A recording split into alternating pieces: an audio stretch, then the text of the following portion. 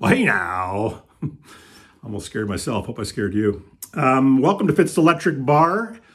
Don't forget to subscribe and like because the algos love it, as I do. Thank you very much for that. Appreciate it. We're trying to get up to a little bit more subscribers, so any help would be mucho gracias. So today I'm going to take you back in the time machine to 1985, Husker at Larry's Hideaway. So those of you of a certain vintage, I often say that, who lived in Toronto are aware, Larry's Hideaway was a small little armpit of a club on Jarvis at Carlton, I believe. And a little tiny place, but they seemed to, I think the Garys, there were two Garys who were booking agents, brought in a lot of the new wave and post-punk bands. So REM, the band Husker Blondie, Ornette Coleman, just a ton of really great shows played there. And I remember going to see Teenage Head, I believe, every single night of a one-week stand at Larry's Hideaway. And I would go to it was in the summer, I'd go to the park and I would squeeze my t-shirt till all the sweat came out and put it back on and go in and pogo. And my neck and my ankles were perpetually swollen up from excessive pogoing. But I'm talking today about Husker Du again. So Husker Du is a band that's almost like power pop. Their earliest stuff, Everything Falls Apart. I think Zen Arcade was an early one. I didn't get into them until this record. Those reflections. New Day Rising. And this record just blew me away. Super catchy, loud, with an edge. I've mentioned before that the combination of Bob Mould and his songs, which tend to be a little more, or used to be a little more atonal and abrasive in the best possible way, and then Grant Hart, the drummer, who would do the more melodic stuff and sing his own songs as well. But they were quite the band. And then Greg Norton, who played bass, just a three-piece. And it was incredible the sound that came out of this three-piece.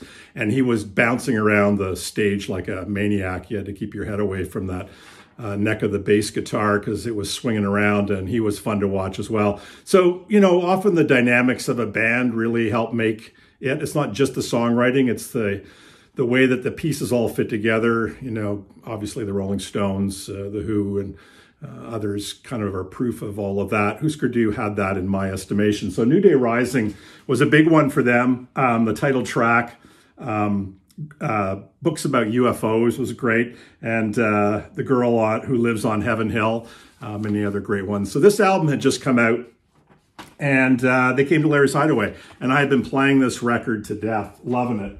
And so I went to see them at Larry's Hideaway. I'm looking at the set list here. Again, only meaningful for people who were around at that time or who are Husker Du fans. But they played, New Day Rising was the first song that came out. And it's just like, New Day Rising.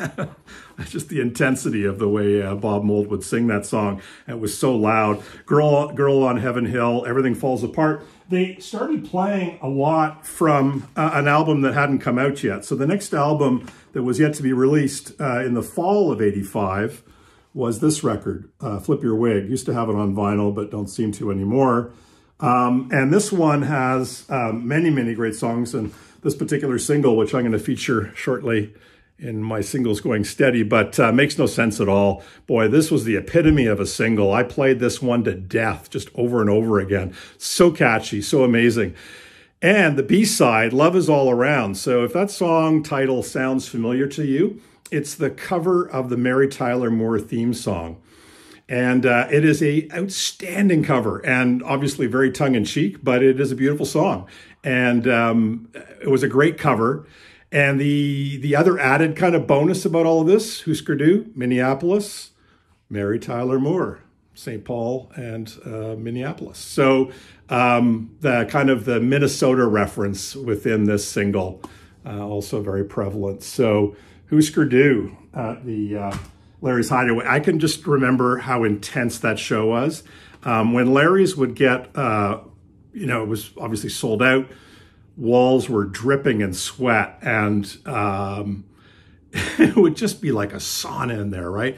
And it was the walls. I can still remember the walls dripping and seeing condensation coming off of one of the pipes up above, just dripping off the pipe because it was so hot and because there was just no air in there. We've been sucking it all out just to be able to inhale, to breathe as we pogoed our asses off. Just amazing. So yeah, this still to me is a great record, just so catchy. And then later, they came out with,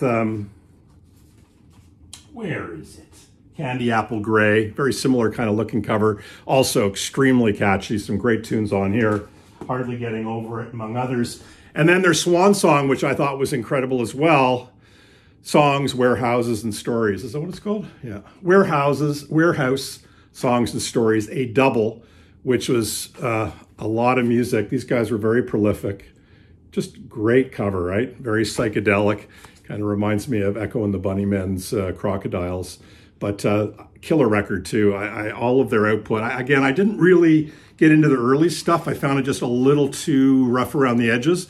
But as they got more and more melodic as time went on, I loved it and followed Bob Mould's career and Grant Hart to a lesser extent afterwards. But nothing like a little Husker Du. So that was SMYT 11.